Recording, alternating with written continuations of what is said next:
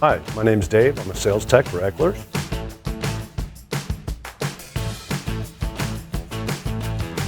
A big long-term project that I've got going on is a 1970 Maverick. I've got a 99 Explorer engine in it that's been completely rebuilt. It's been bored 30 over. It's got an Edelbrock intake, got Ford Racing oil pump, water pump, timing cover, and all kinds of chrome stuff and headers. And I've got a 4R70W transmission for that. And what I'm trying to do is kind of take a beer can and turn it into a Mercedes. I was probably working with my dad when I was young. My dad was into cars. From a young age, I went to the junkyard with him and helped him pull parts and hung out with him outside in the driveway when he was working on them. It was a 85 Chevy Spectrum. Actually wasn't a Chevy Spectrum. It was a Isuzu iMark with a Chevy name tag on it. Internationally, they were called the Gemini. They were sold all over the world. I immediately started modifying things on it.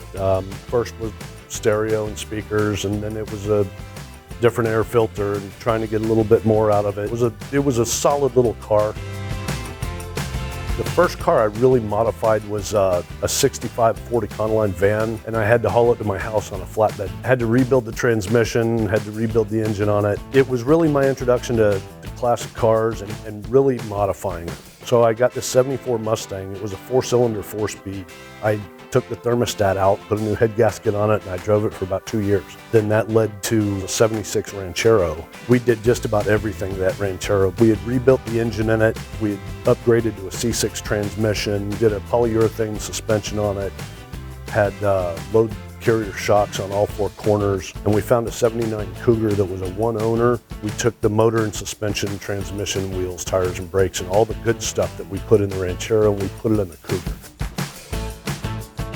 When a customer with a big project they're working on and they're after something big and important, an engine, or they want to do a transmission swap from an automatic to a manual, and they have no idea what they're looking for. Usually what I'll do is I'll start thinking about, with GM and Ford especially, what other vehicles shared that platform. I'll even look up information in forums. Online forums are a great resource because most of the people there, they've done this already.